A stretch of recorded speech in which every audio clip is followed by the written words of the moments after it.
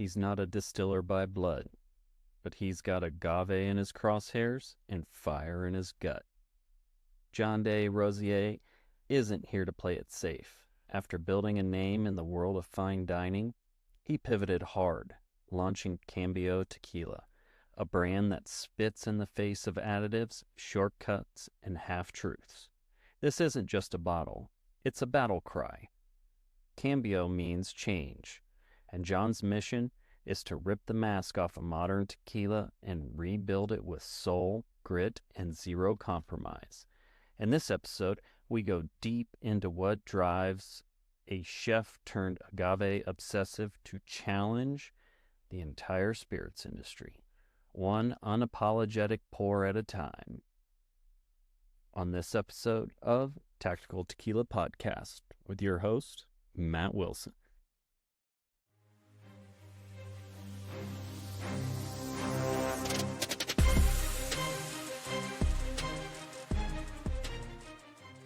If you enjoy the show, hit the like button, subscribe, and share it to your social media platforms. Thanks for tuning in and enjoy the show. Tonight we have John de Rosier from Cambio Tequila on. John built his name in kitchens, but he's making his legacy in agave. A classic trained chef turned spirits rebel, he founded Cambio Tequila with one mission: torch the bullshit and bottle the truth. No additives, no compromise, just relentless pursuit of purity, craft, and change. In an industry flooded with gimmicks, John's not chasing trends. He's carving a new path, one agave at a time. John, welcome to the show. I appreciate your time, and I'm happy to have you on. My pleasure, man. Great to be here. Really excited. A lot of great stuff to talk about tonight. So, just diving into things, I want to throw some rapid fire questions at you. What's one tequila trend you'd kill off today with no apologies at all? Anything added to the tequila after you're done with distillation. Anything. Sugar, glycerin, caramel color, all that bullshit. The only reason that stuff's in tequila is because you didn't make good tequila to begin with. Love it. Would you rather serve Cambio to a tequila purist or a first-time drinker, and why? I would say a first-time drinker. I think that people have a certain impression of what tequila can be like, and I think too many people have a negative impression of a bad tequila experience they had when they were in college, or maybe a little before college, and so I think that when they describe what tequila is like to other people, it's not a spirit that has a lot of honesty or transparency in it. So not a lot of people have really experienced what tequila can be like and what it should be made like, from different family traditions, or even our new take on it. But I think that a lot of people would be really impressed by how soft and easy to drink and how flavorful our tequila is. So I love it when Cambio is the first tequila that they've had and then they enjoy it. It gives them, I think, a nice solid benchmark to go on. And then when they view and try other tequilas, especially poorly made ones, they've got a really good place to understand how beautiful it can be when it's made the right way. Well, and I can tell you the first time that I had tried Cambio was actually in Chicago when you and I first met at Savory Couture. And I'd been wanting to try it for like the longest time, ever since I saw that you guys hit the market. And I finally got to try it and immediately just fell in love with the flavor and everything that you have going on with the brand. Thank you. I appreciate it. Yeah, I think we put a lot of effort and a lot of time into the way that we created it. We spent a lot of effort making sure that we honored tradition, and we paid attention to what are my favorite aspects of how tequila is made, and then at the same time we did a lot of stuff that's new and never been done before. So I think it's a really interesting take that a brand could be made completely traditional, and layer so many new things in at the same time.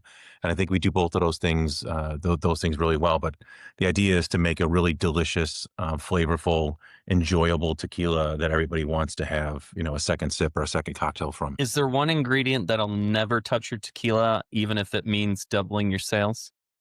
I think sugar would be easy to say. Glycerin, probably. Our tequila has a lot of natural texture to it because we leave all the fats and oils inside of it, so it doesn't need glycerin for more texture. But it doesn't need sugar. Really well made tequila doesn't need stuff like that. And then afterwards, again, you add sugar to tequila because your beginning product doesn't taste very good, or it's too hot for people to drink and it burns too much. So you add things to it to cover up those flaws. We don't need anything to cover up anything inside of it. We keep trying to find and push to find new ways to make it more expressive, and show the terroir more, and do more things to honor tradition, in larger ways. We definitely don't want to put anything inside of it. So I would say sugar or glycerin right off the bat. But if I had to pick one answer, it'd be sugar. Sugar is easy. It's cheating. Really good wineries ferment all their wine dry. There's no sugar left inside of it. But there are some brands that leave it there because it makes consumers immediately think, this tastes good to me, because our brains physiologically, when sugar hits it, they say, that's great. I want more of that. That's awesome. So it's a really fast and cheap way to cheat consumers into thinking your tequila is actually good, when really it's just got sugar to cover up a flaw inside of it, and it tricks consumers into thinking that it's a better quality because their brains enjoy it when they drink it. So that's sugar's just it's just a really cheap, shitty thing to do to people. When was the last time you just said fuck it and took a risk to that paid off? So, my wife saw that question earlier today, and she said, "Jesus Christ, it's like every day." And then she saw the back part of it. She said, "Oh, it has to pay off." She said, "Well, that's like most of the time, but not always." um, so I don't know. I generally think I take pretty risky chances. Walk stepping back a little bit from a 30-year restaurant career, while still maintaining and owning the restaurant and starting an entirely new career in the spirits business, which I know about from my perspective on the other side of the bar. I certainly don't know a ton about building a spirits brand, or I didn't when I started it 5 years ago. I think that's a pretty huge risk. The payoff will come when we build a multi-generational brand and we can pass it on down to our kids and grandkids.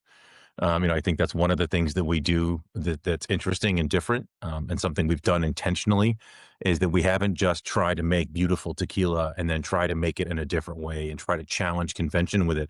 We've also tried to build a real brand, something that lasts for multiple generations, not a brand that we're just trying to sell off in 3 or 4 or 5 years, which is what everyone else does. It seems that everybody just starts a brand now so they can just make money and sell it. And really, they're just starting marketing companies. They take sometimes a good, sometimes a mediocre product, and they just want to do something so that some other larger company can buy it from them. And I think that that's honestly boring. I don't think that there's the level of excitement and challenge that we've built into what we're doing, just by doing something for money. I think that's a shallow reason to start a brand. So, yeah, that's my answer. Well, and I think that also getting into the spirits world, if you're just doing that, I think you're also just doing a disservice to your consumer, and it's what fly by day or fly by night Yeah. type business, and you're going to find that a lot of consumers won't support you when it comes to that. Yeah, I think in the long run they don't, for sure. I think a lot of people, you might get them to pay a little bit of attention to you, or try it in the beginning, because whether it's you've got really great marketing or you've got some celebrity behind it or something like that, people might give it a little bit of attention. They might gravitate towards it in the beginning, but the brands that really work are the ones that are intentionally built, to really last and do well over the long term. Probably Casamigos is a really great example of a brand that was built on a lot of fame and a lot of celebrity. And as it starts to age, it has more and more trouble as it's getting older. They had a really rough year the last couple of years, and obviously with all the lawsuits and stuff like that now, they put themselves in a position by being owned by a company that only cares about money and doesn't care about being honest with consumers in any way. So, I think that that's a great example of the way that a brand could start off, do really well, and then be purchased by a large company, and then just get a little bit worse and a little bit worse, and get into more trouble as they start to age. And that's a really great example of the way that consumers can change. And when people aren't honestly loyal to a brand, or they don't have great ownership, or they don't have good stories, all those, your brand is susceptible, to just the changes and whims, of whatever consumers, might be for, looking for the next thing that's important 5 years down the road. Building true brand loyalty is really important. It takes a lot of time and a lot of effort and a lot of transparency, and that's what we certainly spend a lot of time on. Talking about the industry, what would you say is more dangerous, additives or ego? um, Additives for sure. It's Yeah, ego is at least honest. Additives aren't, and having 80% of the tequila made with stuff in it afterwards does an overall massive disservice to the entire industry. It tricks consumers into believing that tequila is supposed to taste that way, and it's not. It also makes the industry just in general have a slightly negative reputation, because people can't trust what's in a bottle of tequila. Even if they start drinking cleaner tequila, you walk into a store, you have absolutely no idea what you're buying. We know what brands have things inside of them, and I've heard those brand ambassadors or those national sales manager lie right to a bartender's face, and tell them that their new version is really clean and that we've taken all the stuff out of it, and it's just bullshit. That entire piece of the industry is incredibly damaging, because we aren't being honest with consumers, and because we're giving them something that is not an honest product. And I think that's a lot more damaging than a superstar's ego. At least the ego part is honest, and they like their face being everywhere. And obviously, famous people like being famous. So, that part is at least more straightforward, than either putting a bunch of stuff inside your bottle, or just making it with sugar and rum instead of making it with actual agave, and lying about that. So, the two biggest brands in the industry, are two of the biggest brands, just gave consumers another whole reason not to trust them, because they Right. just can't do anything honest, right?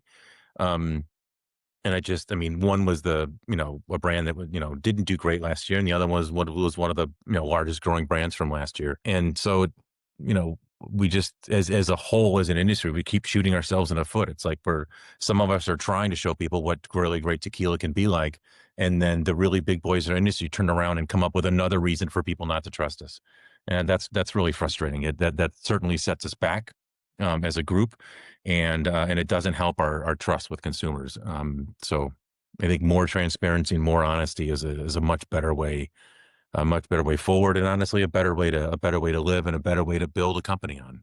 So, Yeah, and especially with influencer, not all influencers, because I mean there are some that push some crappy stuff out there. But those of us that are trying to educate consumers and put the information out there and get brand owners on podcasts and Instagram lives and any other platform that we can get you guys on in order to showcase your brands and in order to get that information out to the consumers so that way they have a more informed decision on the alcohol and the tequila that they're putting into their bodies.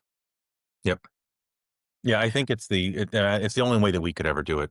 I personally, I couldn't operate a company that was dishonest with our customers, or that did something that wasn't above board.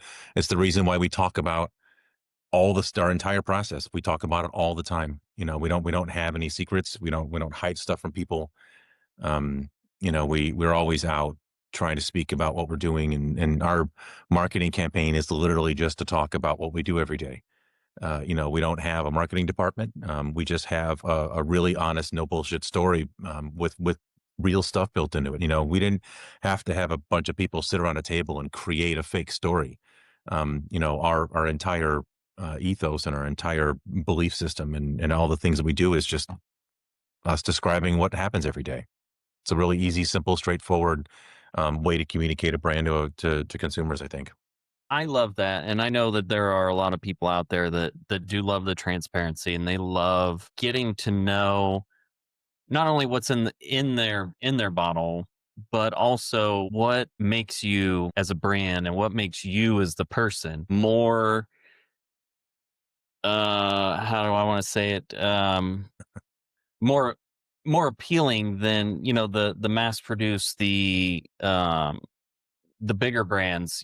I love the stories and the intricacies behind the smaller brands that just do it right. Yeah, I agree. There's all of the best tequila right now is being made by a host of really beautifully done smaller companies. And I'm one of my hope is that as all of us grow, and we continue to chip away at the market share from the really existing large brands that make poor quality tequila, the more um, that we can grow. My hope is that we all can retain that we don't just become a big brand and lose all the things that made us small and important, and gave us all those great details. There are a couple of brands right now that are going through a really heavy growth phase. They've both been in the market for about 10 or 11 years now, and they're growing really well. And I'm really curious to see when they go from 100,000 cases to 200,000 cases or 300,000 cases a year, what that looks like. And I know that some of them recently have gone through some changes that are not necessarily going to be the best. I'm hoping that they can still retain most of what got them to where they are, though. And I guess we'll see what happens. But it's definitely a danger as brands grow. That there's basically two ways in tequila. You can make a small amount of very good tequila or a whole lot of really bad tequila. And there really isn't a really big brand that has been managed to make really beautiful tequila and be a large brand at the same time. So usually somebody comes along in the middle and buys them and then has a totally different outlook on the way they're supposed to make it. So I think that happens too often in tequila. Diving into the brand, you've called Cambio a disruption in a bottle. What exactly are you trying to change in the tequila world? And I know you've kind of hinted on this with making great and additive free tequila and just, but in your own words, what does it mean by saying you're calling Cambio a disruption in a bottle? I think that there is not I think, I know that there is a much larger aspect to tequila and flavor and complexity and aroma than what has been done so far. There is a lot of room for growth and for disruption and for understanding of the way to create flavor with tequila that hasn't really been tried or experimented with yet. It's an industry that is either very modern, very poor quality with stuff inside of it to make it passable, or it's very traditionally based from multi-generational families. Tequila hasn't really gone through a big awakening like most other industries in the world have. So I think that it's ripe for it. I think that you're beginning to see people look at it differently and starting to layer in and create different types of flavors, whether it's through barreling or using different yeast sometimes. But there's a lot of room for tequila to grow, and it's much broader than I think people give it credit for. One of the reasons why serious mezcal fanatics love it is because of the variation you get from plant to plant or from slight different technique to technique. And they generally look at tequila and say, well, tequila all tastes very similar. It's kind of boring. And in some respects, that holds true. If you can, there are, I would say a small handful of very high quality producers and distilleries, and they make, anywhere between 4 to 10 different brands that come out of the same distillery. And in some cases, the only difference between those brands is the blend of a different water source. There are some places that use the same agave, the same yeast, the same fermentation tanks. Literally, the entire process is exactly the same distillation, and the only difference is by changing the water inside of it, you can change complexities and flavors and stuff like that. So when you have a tequila that one of the 4, 5, or 10 brands that come out of a distillery like that, they're going to be similar because they use similar techniques to make it. So just that, saying that, it doesn't mean that tequila is not great. It is great. Those are all really nice tequilas, but they share. They're almost like they're all really close cousins from the same family. You can tell they all belong in the same place and they all come from the same location. There isn't a lot of natural diversity though in that type of a facility or that type of production. So I think one of the things that we want to show people is that there is an incredible diversity in tequila and in agave that has not been explored yet. We used 4 different types of yeast now, but we've got 4 or 5 other types that we're investigating to use down the road. And that's just one element of changing it. We know that we can change temperature and produce different flavors during fermentation. We know that we can change sugar level and produce different flavors during fermentation. Um, Literally by the amount of sugar that's inside of the batches when you start, it will produce a chemically different tequila, even with the same yeast at the same temperature over the same time frame. So there's a lot of things that we've learned about tequila that nobody really understands yet and nobody else knows because they haven't been doing it the way that we have. There's a lot still to discover, and there's a lot of complexity in tequila that really hasn't been shown to consumers yet.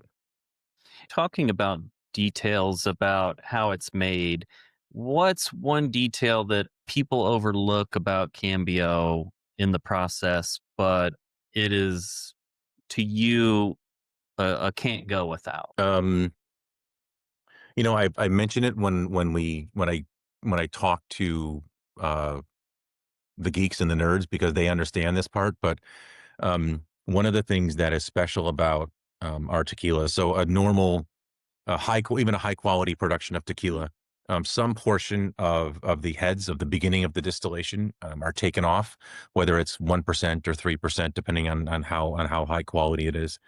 Um, and then it's distilled down to a blended average of 55%, and then it's stopped.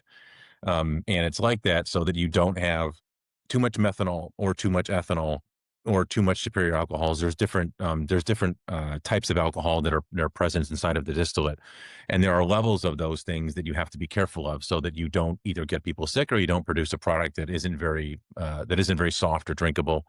So you cut out some of the heads and you don't use a lot of the tails. That's with most brands, and so that when you start with an average of a 55% tequila and you dilute it down to 40%, a third of your bottle is water. Roughly. I know somebody's going to correct me. It's not exactly a third, but you get the idea. So when you get a bottle of tequila, a third of it is water. And then one of the things that's really different about Cambio is that about 96 to 95% of our bottle is actually our distillate. We add a very, very small amount of water into our bottle, and that's because we don't really cut any of our heads out. We're able to use all of our heads, and we distill all the way down to 51%. So we use a lot of our tails. So we have a very, very deep distillation, and we also bottle at 46%. So we're going from 51 to 46% in our bottle, rather from 55 to 40. So you're really getting our distillate in the bottle, and you're getting all of our distillate. We're not discarding a whole bunch of it like everyone else has to do. It's a really, really rare thing. It's very special. Other distilleries don't have quite the cleanliness, and they don't have the low levels of methanol and ethanol that are inside of it. So we can actually use our heads and tails in a way that most people have to remove. And it's a certainly a little nerdy piece of it, but it's really important because you're getting all the flavor from the fermentation and from the cooking and from the distillate inside the bottle, and we're not just putting in a bunch of water to cut it way down. I would challenge anybody to find a bottle of Blanco that is traditionally made, and that means ovens, Tahona, wood fermentation, and copper stills only for every drop that they make. Find a bottle of Blanco that is at 92 proof, that is $49 on the shelf, that is traditionally made. I don't think there's one in the whole country. So that is an amazing amount of time and effort and tradition that is inside of a bottle, that is very reasonably priced for consumers to buy. I think all of that stuff together is just a couple of the small pieces that really make us stand out and make us really unique. Certainly against a lot of our competitors. And being unique, what moment in time would you say that and even during the process that you said, this is it, this is what I want to bottle? The very first batch we ever made. We knew right away out of the still it was going to be really special. We've never made a batch that we weren't proud of and that we didn't use. We've never discarded a single batch of tequila. We've never had a bad fermentation. We've never had a stuck fermentation. Um, we've never had anything so far that we were not able to bottle and sell to people. And we've had some batches that are maybe not quite perfect, but then we'll use our barrels, and we'll use different time on our barrels to turn them into something special. But we've never had it not go right, and that's without having a master distiller to turn around and ask, what's happening. That's all with us just doing it, with my ideas written down and on a piece of paper, and I wrote down these 12 different things that I wanted to execute with our tequila. And, I wrote it down almost 6 years ago now, and every single one of them is inside of our bottle. Every ridiculous, impossible, crazy idea, all made it. It worked out really well. Some people would say we're lucky, but I just think that we had the right ideas, at the right time with very good execution. And I think that we made something. I think we made something really special. I like it a lot. It's pretty yummy. So, writing things down, if Cambio had a manifesto, what would the first line be? Cambio is the only constant. I love that. Um, so, how do you balance staying true with traditional techniques and trying to break the mold? So we started out by making sure that every single traditional technique was in the bottle. There's only I think we're the first brand in the last 20 years that has launched, that uses only traditional techniques and all of them to make every drop of their tequila. Fortaleza, this is their 20th year. They do it really traditionally.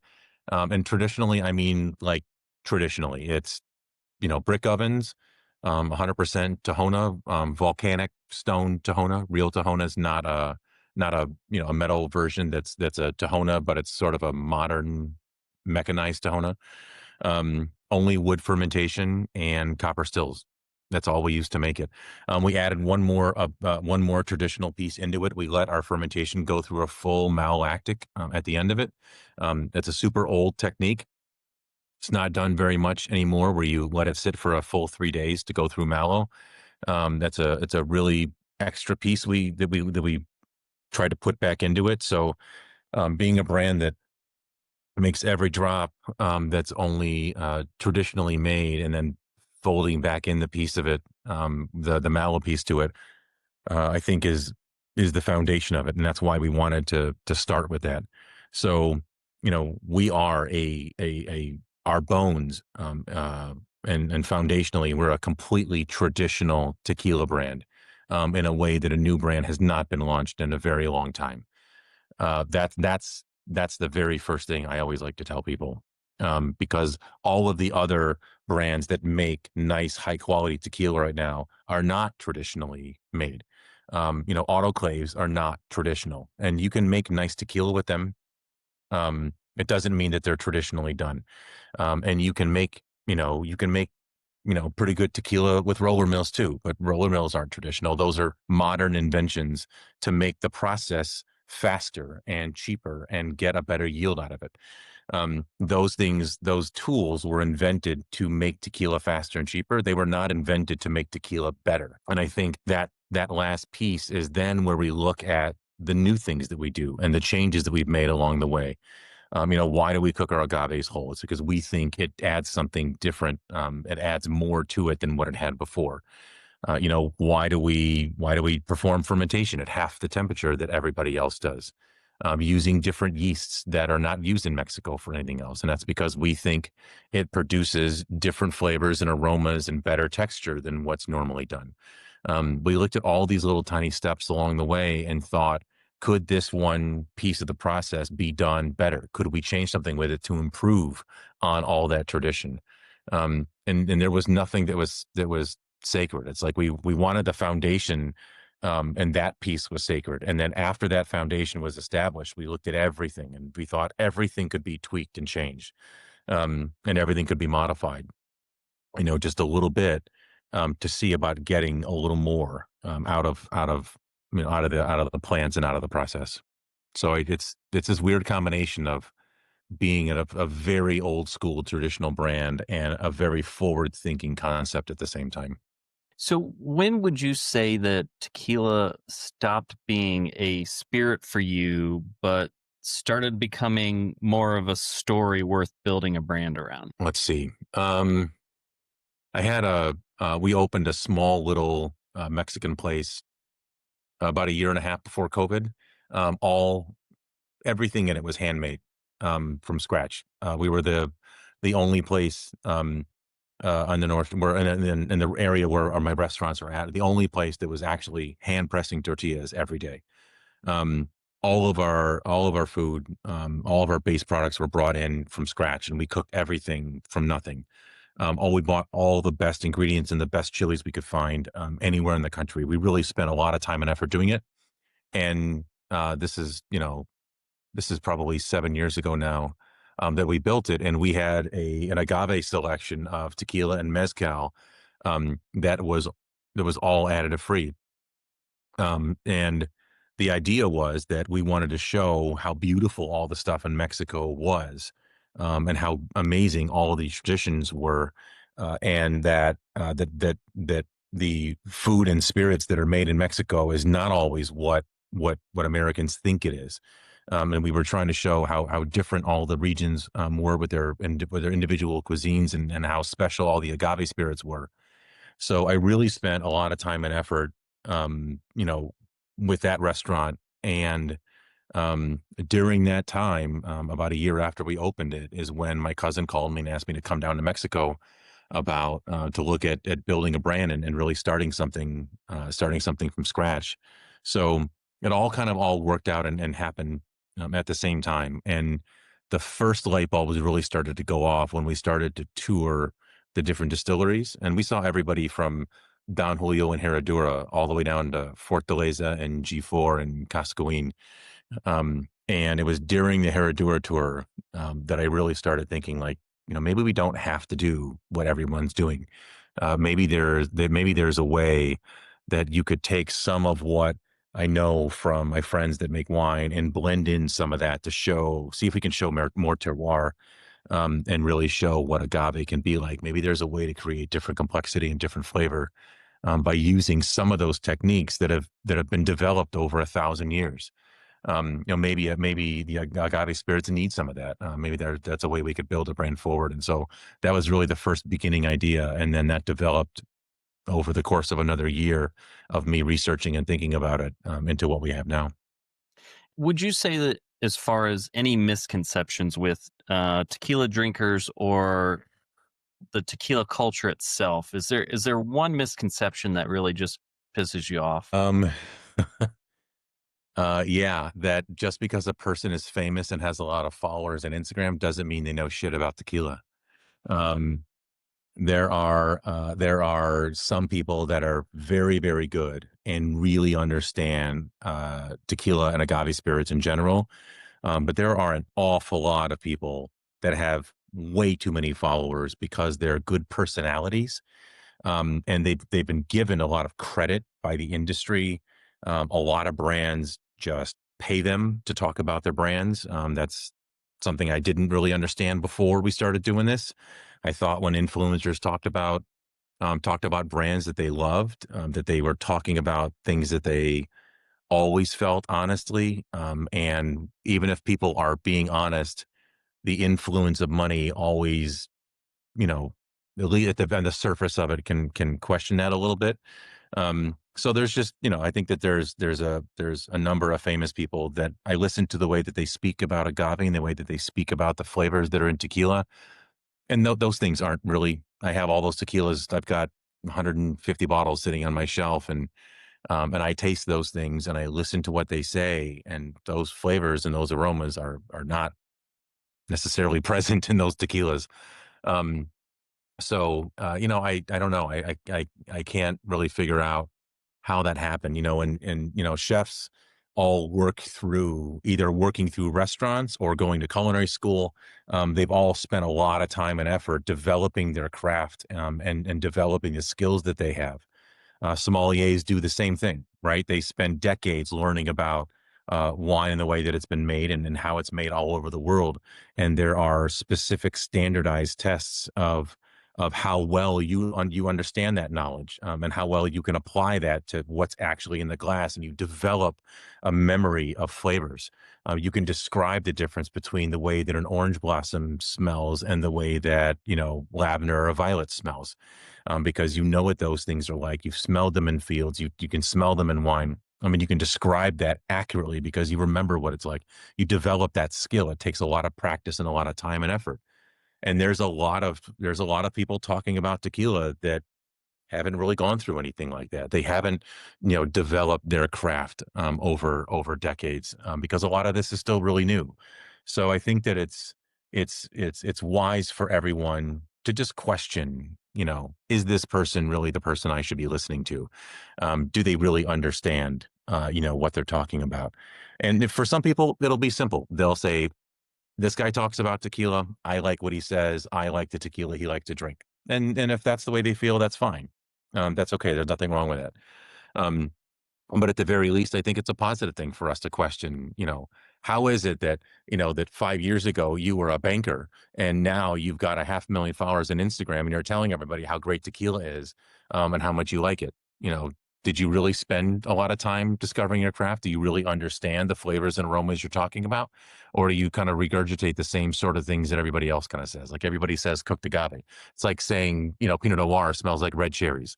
It's such a no-brainer. You can't even say that when you're really describing Pinot Noir, because all Pinot Noir smells like red cherries. So it's just cheating. So anyway, I think that's one of the things that's bugged me a little bit, probably more in the last 4 or 5 months than it has previously.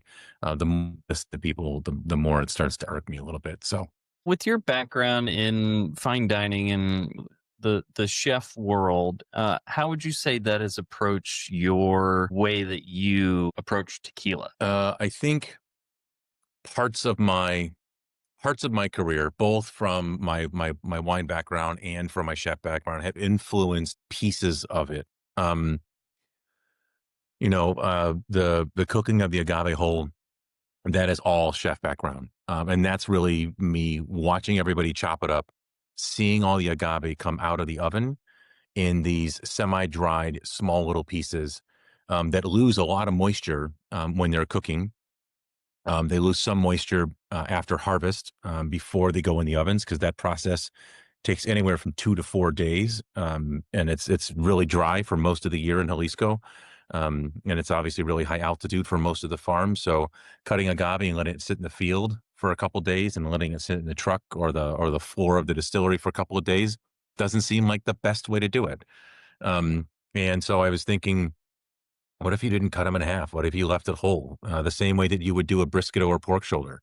You would never cut up a brisket in a whole bunch of small pieces and then cook it for 3 days. But that's what happens with agave. You cut it up in halves, or I've even seen people cut it in quarters, and just jam them inside of an oven and cook them for 3 days. I think that maybe there's a more nuanced way to do that. That whole piece for us, came from my cooking background, and that was one of the first things that everybody said. It's not possible. We were producing the other day at the distillery, and the distillery had a new manager there to help oversee production. And he looked at my cousin and said, "What are you guys doing? You can't cook your agave like that. It's not going to work." And she's like, "We've been doing this for like 3 years now. What do you mean it's not going to work?" And he said, "You can't do it like that. It's impossible." And she's like, "What do you not understand about? We've been doing this for 3 years. We know how to do it. It works just fine." And so even now, when people see us doing it, they're not they're not really sure how it works or why.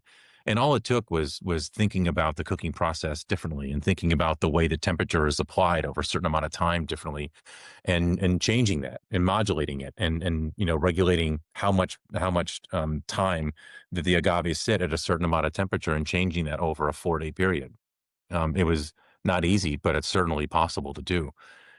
So that's one example of the way that the chef background, got in there. So how do you combat the naysayers and say, obviously, hey, look, we've been doing this for 3 years. We know it works, but how do you turn their view around? Well, we usually, when we taste them on the tequila, that does a lot. When they taste our blanco, when they taste our repo, and they understand that it's properly made, that it's got great flavor, that it's soft and easy to drink, even at its proof. That the flavor itself and the way that it comes off in your palate, I think, goes a long way to convincing people. Some people don't want to be convinced. There are a certain percentage of people. I always like to think the consumers, or even buyers, for restaurants and bars, are kind of in three classes. There's average people that kind of know that tequila might come from a plant, but don't really know much about how it's made. Then there's the people that know just enough to make them think they know a lot, and those people are difficult to talk to, because some people are really arrogant, and when they know a little bit about something, they think they know all of it. So we try to describe what we do to them, and we get really odd, unusual questions, or people just saying that we don't believe you. That happens a lot more often than you would expect. Um, and then there's people that really know how to treat agave, and really know how tequila is made. And those people, you can always tell right away, because they ask inquisitive questions almost immediately. Why did you do it this way? What made you think about changing that? What is the effect of starting your fermentation with different sugar? They ask all kinds of great questions. Those people that have the most knowledge are generally the most curious, on how you do it. But there's always going to be, some people. There's a couple of customers we have that are gotcha customers. They're always asking us questions to get us to trip up on something and say something that isn't honest, or isn't real, or I don't know. There's one guy in one of our cities that we're trying to get into his restaurant right now, and he keeps asking all these. We've met him like 4 times now, and he just keeps asking more and more questions. And we keep answering all of his questions. And the last time I said, listen, tell him, these are my dates. I'm going to be at the distillery for the rest of the year. Tell him to come down and just come watch what we do. And he can just stand there and watch the whole process. Like, we do this all the time. We always tell people, come on down and check it out. We've got nothing to hide. And we want to show everybody the way that tequila is supposed to be made, traditionally. Like, it's a really, really neat way to do it. So I always invite people, anybody who questions or thinks that we're lying to them, or we're making stuff up, just come down and watch us do it. It's we're an open book. We're the most transparent brand there is. And we make all of our own tequila. We don't have somebody else make it for us. We don't have a whole distillery team that's doing it. That's just created our whole brand for us. We went in and did every single step ourselves. Even to the point where we have to load and unload the ovens ourselves, because our distillery didn't want to have their guys loading whole agaves, because they're heavy and it's a pain in the ass. They didn't want them to do it, so we have to have our own team do it. Every step that we've encountered, somebody doesn't want to do something, and we find a way around it. Usually, it's employing our own people. So we've got, I don't know, 7 or 8 people in Mexico that work just for us. We have 2 crews of jimadores that are the only people that are allowed to cut down our agave, because the way that they cut it, and the way they have to notch the cogote at the top, is different than how a normal process would go. So every little thing we've run along the way, we've just found that it's better to have our own people do it. That's so amazing to listen to. And with building the brand and getting everything going, has there been something that you have had to unlearn about business or hospitality when it comes to tequila? No, no. If anything, I would say that my hospitality background and my fine dining background helps us. I think one of the things that separates our brand from other brand is our level of service. We spend a lot of time and effort talking about the way to service our customers and how to take care of people. If we make a mistake, we own up to it, and we apologize for it, and we do something to fix it and make it better and learn and move on. It doesn't matter if it's, like our metal capsules on our Cellar series.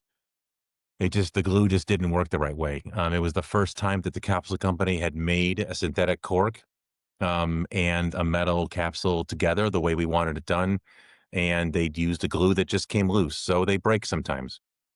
So people let us know, hey, my capsule broke, and we go out of our way to send them fresh capsules to kind of apologize and make up for it. Sometimes throw them extra bottles depending on what happens with it. But the point is that we listen to our customers, whether it's a consumer at the end or it's one of our bars and restaurant partners. We listen to what they have to say. We pay attention to them. If they need something, we're there for them. We have every state that we're in, we have our own people in those states. As far as I can tell, we're the only small brand like this that has a fully developed sales team in multiple layers in every state that we operate in. And we have all those people so that we can properly service all of our accounts. There are brands that are good sized brands that are been around for a decade that don't have our level of sales team in the field. And we did that because, like I said before, we're trying to grow a real brand that's going to be around for a very long time, and we're trying to grow it in a very foundationally sound way, and high service and a lot of customer attention is very important to us. And how many states are you in currently? So we're in 10 right now. We're opening up Kansas and Missouri. Kansas is next week. Missouri is 2 weeks after that. We launch with a new distributor in California in about 3 weeks. And then we open the entire country of Mexico in 3 weeks. So we've got a lot of launches coming up. Oh, But that'll be most of it for right now. We'll probably do a couple of states next year, and then that'll be it for a little while. We don't have any interest in being in all 50 states or being in 30 states. You can sell 95% of your volume is going to come from basically 12 to 13 states. So you can really build a large brand just using a small number of states and doing really well in those states. I think one of the rushes for some brands to get to all the states is so that they can grow quickly, look like they have a large footprint, and then sell their brand. Because larger companies don't want to buy brands that they have to continue to grow in all the rest of the states. They really want to take over brands that are already in those places. So you can tell how fast a brand wants to sell when they focus really heavy on getting into every single state in a really quick way. Some brands grow for 3 or 4 years in 10 to 12 states, and then all of a sudden they'll go from maybe 15 to 50 in a year and a half. That's a brand that's trying to sell.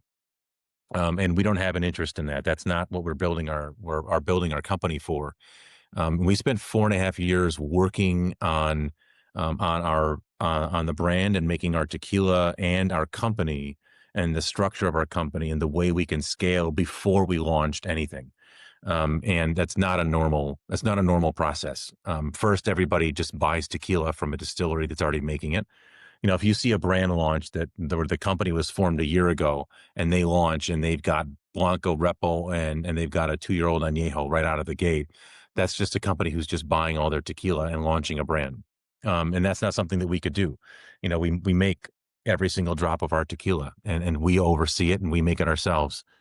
So that whole process took longer. And along that way, we developed and built a structure of a company so that we can scale and we never have to make the choice of just becoming a big company and making poor tequila, or staying really small. We structured ourselves so that we can become a large company, and continue to make our tequila exactly the same way.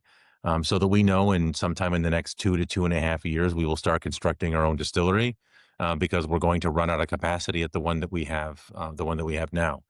We know that that's coming down the road. We're actively working on sourcing a site for that, and designing the distillery. I've got the general layout already designed in my head of how it's going to work and the way that I want to build it. I sketched it out in the plane 4 years ago.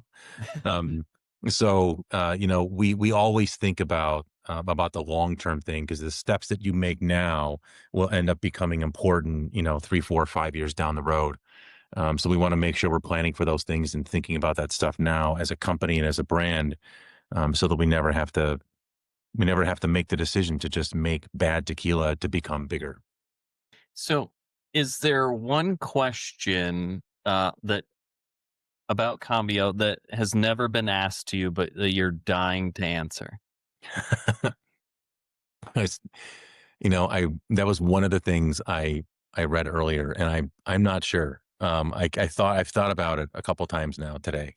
Um, I don't have a great answer for it. Yeah, you can tell I don't know because I said the word like 3 times. So I get asked a lot of really good questions. I think in general, we try to very, very openly talk about everything we do. Some people ask, what yeast do you use? And that's really the only question I won't answer. I won't tell anybody. Even my wife doesn't know what our different yeast strains are. There's only a small handful. I think there's 3 or 4 people that know it total. So uh, I think between all the stuff that I tell people and the way that we speak about our brand and about tequila in general, combined with an awful lot of thoughtful people asking us really great questions, I don't know that there is one that I want to tell people. Um, I've said everything that we want to say. I think we've said at some point or another. I would say be patient with our amate labels. So our front label is made from amate paper. It's handmade paper in Puebla. Okay. They use the same tradition that this is something I tell people, but it's always in a small way. I don't really talk about it online very much, but our labels are literally made in like 20 by 24 sheets. They can only make them when it isn't raining. So there's a rainy season in the fall. It's starting up now. So we've been stocking up paper during the summer months when it's nice and dry, but Puebla gets really wet and the paper won't dry. So we literally can't produce labels for a quarter of the year. And sometimes the paper comes out a little bit thicker than what ideally we want it to be. So sometimes you'll get the edge of our label coming off the bottle just a little bit. It's not perfect. I know that it's not ideal. And my partner Tom sent me a message about it the other day. He said, "Come on, man! Like we've got to make better labels. Like these labels in the store, like I see the little edges coming off on them." And I said, "I understand. It's one of the hard things about having an actual handmade paper label, is that it doesn't perfectly always completely stick to the bottle. So we're experimenting with different glues, and we're trying to work with the team in Puebla to maybe make it a little bit thinner to make it easier to stick. It's a huge pain in the ass, but we wanted, again, this is one more thing we wanted to do to honor our tradition. The next thing we have to do is we have to teach them to make it in rolls, because we can't be making it in sheets. When we want to make 1 million bottles of tequila a year, we're not making that in sheets of paper. We're going to have them making it on large rolls. So that'll be the next project that my cousin and I have to go and do, is we have to go to Puebla and work with the team there to make the paper differently. So that's interesting. Nobody's looking forward to that one. The people in Puebla and my cousin. I can imagine. You kind of hinted on this a little bit earlier in the podcast. As far as making it a generational thing, but what kind of legacy are you chasing with this, and who's it for? So it's for it's for oh God. It's for consumers, and it's for Mexico. And what I would like to see happen, and what one of our long-term goals is, that we want people to go back to making traditional tequila more than they make it now. We want consumers to start to understand how inherently amazing tequila is when it's just made well and simply. And when it's made well and simply, it doesn't need to have stuff put inside of it. So a really clear manifestation of that would be that in 5 years, instead of 80% of the tequila having garbage inside of it, we're down to like 60%. And if we can get to the point where half of the tequila being produced is clean, normal tequila, even if it's just made in an average way, then that's really the first beginning of the step to getting to the point where all tequila is just tequila. And that's really, I think that would be the long-term goal, is that people use tradition more than we're using it now, and we go back to the honored tradition of making it, and that we all just start making it, that we can make it better, and that it doesn't have anything inside of it. Getting rid of additives from 75 or 80% of the tequila that's made, completely reversing the way that it's done now. And if we can do that in a decade, that would really be something that we'd be proud of. And think about the scale of all the small brands. Think about it, what it would do to all these really high quality small companies, and how we could grow as we start to inch more and more into that. And eventually, eventually the larger companies will buy those brands. There's a couple of them right now that I know that larger companies would do well to buy now and not change what they're doing. And that's really, that's what the big companies have. They have the power and influence and the resources to drive all of this. They could choose. I mean, Patron makes 3 million cases a year of additive-free tequila. It's not, well, Patron does a very good job in helping us talk about additive-free to the consumers with a marketing budget in the way that no other small brand has, because they're a big brand and they actually try to make really good tequila. And they try to do it the right way, and they try to honor heritage as much as they are capable of and make that much of it. So I know that there's a lot of, it's easy to bash Patron. I know a lot of people do it, but there are a lot of positive things that they do for the tequila industry, and for tequila in America, in a way that other brands that are getting sued right now don't do, that flat out just cheat and lie to everybody all the time. So I think that, it's possible to scale and to still make decent tequila. Um, all the large companies could choose to do that. Cuervo could choose to completely do a 180 and start making real tequila again the way that they used to. I don't think that they have a brand right now that's actually clean tequila. Maybe they have a small one. I'm not really sure. But I know that, the vast majority of everything they make is just filled with stuff to cover up things or to create artificial flavors or whatever their particular goal is. That company could have a huge impact on the way that tequila is perceived around the world if they chose to start making a better quality of product, and to start doing it more honestly and more transparent. Think about what that could do for the industry and the boost that would give tequila in general. There are a lot of markets around the world that tequila is not well respected. Europe and Japan are just two off the top of my head, where tequila doesn't have a good reputation because they don't know what they can trust, and they want a clean spirit, and it's hard to find one. So, I think that, the large companies have a path to helping us do that. If they can get out of their own way and start using their resources to really start to help with that change and help with it and become part of the solution instead of constantly fighting us, and constantly trying to tamp down on people just talking about honesty and transparency. Do you think that'll They could be happen? leaders in that. Do well, either they're going to lose their companies and they're going to go the way of Blockbuster, or it's going to happen. It's going to be one or the other. Um, Lots of large companies that looked undefeatable, are gone from the face of the earth now, in the last 50 to 60 to 70 years. And anybody who understands anything about corporate history would really have a good idea to understand, why those happens and the changes in markets and not seeing what's coming down the road. So they have the opportunity to, if they choose to or not, I don't know.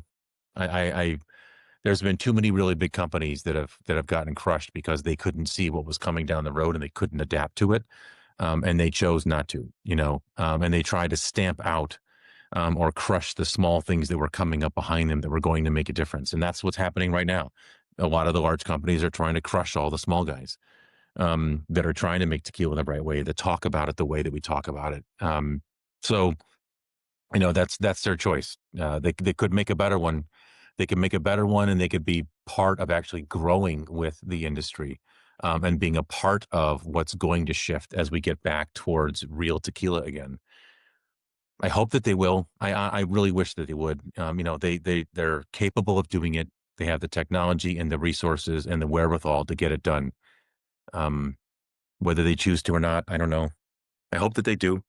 Well, That'd and be better for all of us. that's one thing that, we as consumers have to expect is that change is inevitable.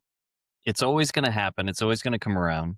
Doesn't matter whether it's a small brand, something is going to change within the flavor profile, within, how they do sales, with how their production is.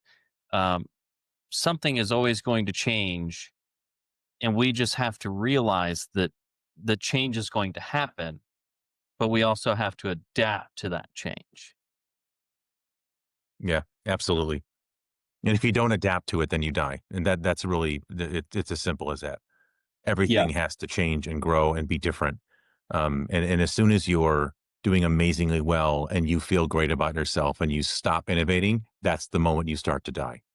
And any company that doesn't recognize that something is different about their industry from what it was 5 or 10 years ago, or even 1 year ago, those are the companies that don't make it, are the ones that end up withering on the vine.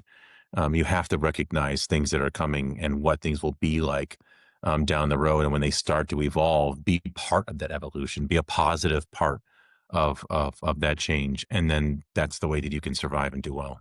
Talking about change and evolution, is there one thing or even multiple things that you have learned about yourself during the whole process of starting a tequila brand? I have to be a lot more patient than I am naturally. um, I am inherently an incredibly impatient person. Chefs are used to idea, make it, serve it, eat it, instant gratification. Like all night long, all we get is happy, happy, happy, happy from something I made 5 seconds earlier. And doing this is the complete opposite of that, making things and letting them sit forever in barrels, or just the process of how we wanted to make it. It took us 8 months to get all of our yeast in the country. We had to go through a whole special process because our particular versions of yeast had never been imported into Mexico. So whenever you bring a new live culture in the country, you have to go through a longer process to get it approved. All of our barrels, we have 15 different barrel types, and 11 of them have never been in the country before. So we had to go through a longer process for that, proving that they were safe and showing an entire history of where they came from and where they were at. 'Cause some of our barrels are 20, 30, 40 years old. We had to show provenance for all the barrels. Every step that we chose along the way had a different level of difficulty, and everything took a long time. And Mexico, especially, it just isn't a culture that changes quickly, or where people are used to doing things very fast. It isn't an American pace. So being a naturally impatient person combined with the normal American pace, combined with being a chef and all that instant gratification, taking all of that and going down to Mexico and having to really slow down with the way we do everything is not easy for me. That's hard. And a couple of times, my cousins had to pull me aside and be like, dude, like, it's okay. Like, you need to relax. And I'm like, no, we gotta move faster. It's taking too long. He Like said, have a tequila. yeah. He said, either you can like relax a little bit and understand this is going to take a little bit of time, or we aren't going to get it done. Because you're just going to piss everybody off. And if you anger all the people we're asking for help, they're already doing things that are difficult, and they're already taking all these extra steps that they think we're all nuts for.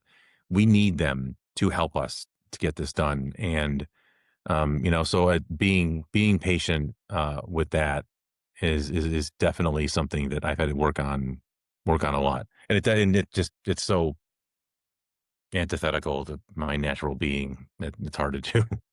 If Cambio was a person, what how would you describe its character? Oh, I'm trying to figure a way to say this the right way and not have the same result at the end. um, I would say a lot like Nikola Tesla, the actual human being, not the car company. He understood things fundamentally in a different way than everyone else around him did, and he accomplished things at a really important time in world history, and he did a number of things that still define the way we operate in a modern society now. And he saw that these things were going to be what they would become later, and understood that. Um, his ideas lived on forever, and will continue to live on, even if he had a lot of personal struggles later in his life. So I would say that the what we're trying to do is have forward-thinking vision and understanding and ideas that lead to things being better. It's easy for somebody to make something that is different for difference sake, and I don't think that that's enough. I think it's a little disingenuous to say, "Well, we just made this one different because we wanted to." Instead of somebody stopping to think, is our choice actually better? Are we actually doing this because we think there's a better result down the road? Whether it's a choice in cooking, agave because it leads to more flavor, or changing the fermentation because it leads to a better quality of spirit. Um, all the different things that are intentional changes should be because it makes whatever you're doing better, not only to be different. So I think that it's a really important distinction. And there are going to be brands in the next 3 or 4 years that will do some really ridiculous things because they're trying to stand out and they're trying to be different. And I've already seen a couple of these things now, and they're all terrible. They're because they didn't think ahead of time, is this really the right choice? Is this going to lead to a higher quality product, or is this just going to be weird and we're just going to get attention for it? Um, I think the being weird part is going to happen too often. So we should all be thinking about the intention of what we're doing, and what the end result we want to be, and where we want to go with it. I think that's a very fair, accurate, and true representation based on our conversation and based on everything that I know about the brand. I think that you know you couldn't have said that any better. Thanks. No practice. Has there ever been a moment during the whole process that ever made you want to walk away from it? That's a good question. Walk away from it? No, I would say not leave it. No, not even close. Not even a whiff of that. There's been moments when I've thought, like, Jesus Christ, is it going to be worth it? Is the amount of struggle and strife we have, or our particular time period we're going through it, is it going to be worth it in the end? I think that, there's a lot of aspects to making our tequila that are incredibly difficult that nobody would ever bother with. No brand has ever made tequila this hard. And all the steps we chose, every one of them, every single thing was more difficult than what is normally done. There's nothing we do that is easier than what everybody else does. There's a reason why in the last decade there have been a lot of very good high quality brands, and none of them make traditional tequila. There's a reason why they don't make that choice, and they don't do that, because it's really, really fucking hard. And we made the difficulty a lot worse on ourselves from the other choices we made. It takes us 3 or 4 times as long to make our tequila as it takes anyone else to make it. If I want, 2,000 cases of Blanco, and I want them in a month, we're not getting it because it takes us almost 8 weeks from start to finish, to get Blanco done, made, barrel aged for 2 weeks, and then bottled and actually ready for export. And every other distillery just cranks it out every day, all day long. And they bottle it, the day after they make it. And then it goes into a box and they can sell it. So in the matter of less than a week, they go from ground to bottled and on a pallet and ready to go. And we can't even come close to that. So, we intentionally made all these decisions, and by doing it, it made it a lot more difficult to make our tequila. Now, there's things on the other side of that everyone else doesn't quite understand yet. There's a lot of benefits that we gain by the way we do it. So that'll be stuff that'll just get discovered over time. But there's never been a moment where I said we shouldn't do it.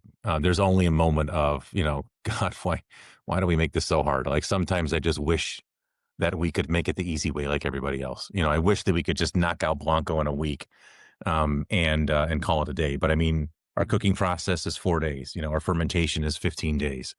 Our distillation takes 12 hours instead of 6. Everything takes forever. And then we throw our Blanco in a barrel for 2 weeks.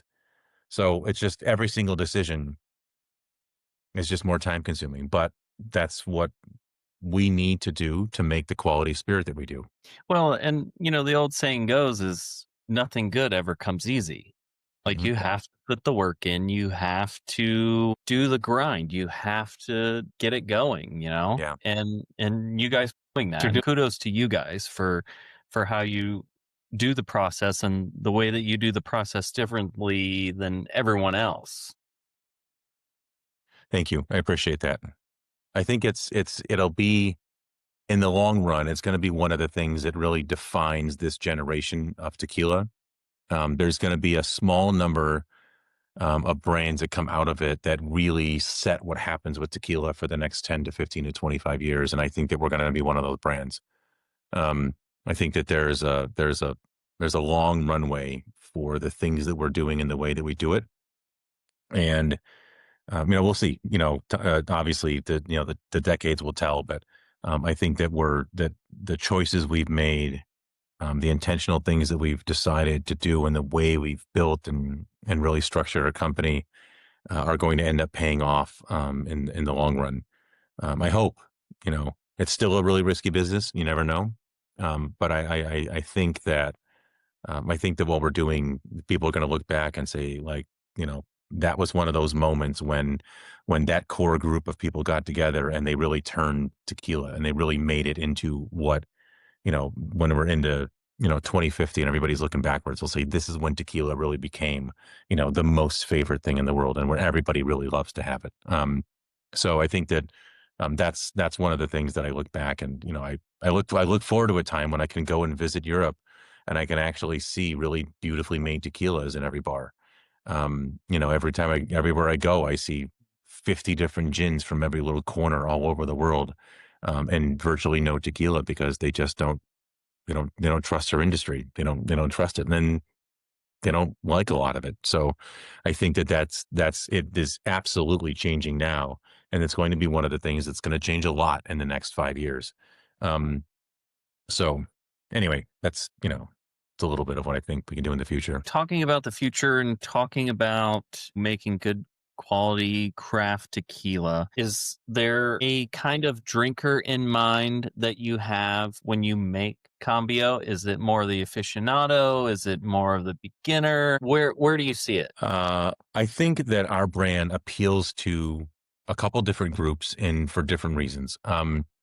It appeals to the people that don't like tequila because they had a really rough experience at some point in their lives. I've literally hundreds and hundreds of stories of people telling me, I can't drink tequila because of what happened at some point in my life. Usually it's in their 20s. And I understand. They consumed way too much of an incredibly poorly made spirit with a lot of artificial stuff inside of it. And that completely wrecks your body. And the memory of how bad you feel stays with people for decades. So I think that our tequila is a way for those people to start to get back into it. I think drinking a lot of high quality tequila definitely gets people over that piece. And then it's definitely made for all the aficionados and all the geeks and dorks out there, because we really sat down and spent a lot of time and effort making something that they could talk about for days and never hear the same thing twice. And really thoughtfully examined all of the things that they love. It's funny.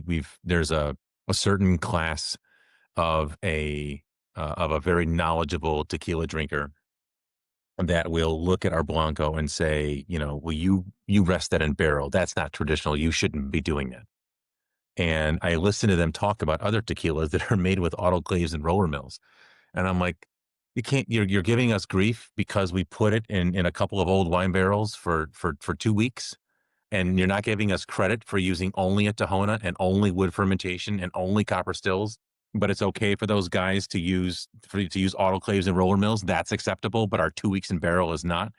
I think it's interesting the pieces that that sometimes that I call them the protectorate. They're like agave's protectors. They espouse a lot of very specific views in the way that they think stuff should be done, and Blanco in a barrel is like sacrosanct. Ignoring the fact that 120 years ago, that's how they would move Blanco from one place to another. They would just leave it in a barrel for a week and literally ride down the mountain and sell it in a different town. So, everybody chooses their own things to gravitate towards and grab onto. But, you know, it's definitely made for regular people to enjoy beautiful tequila at a reasonable price, at a very reasonable price for how great the quality is. And at the same time, it's super geeky for anybody who wants to dive down into all that stuff. We have more attributes and more things to talk about than any brand that's ever been created. If you had to sum up your journey on a label, what would be the one phrase on the back of the label that you would sum it up with? Everything we've done so far is just the first salvo. Everything else coming later, like this is just the beginning. All the stuff we've done up to now is just the very first drops of what we're going to accomplish. This is just the beginning of us starting to question things and to move the industry in a different direction. There's a whole lot more that's going to happen in the next decade.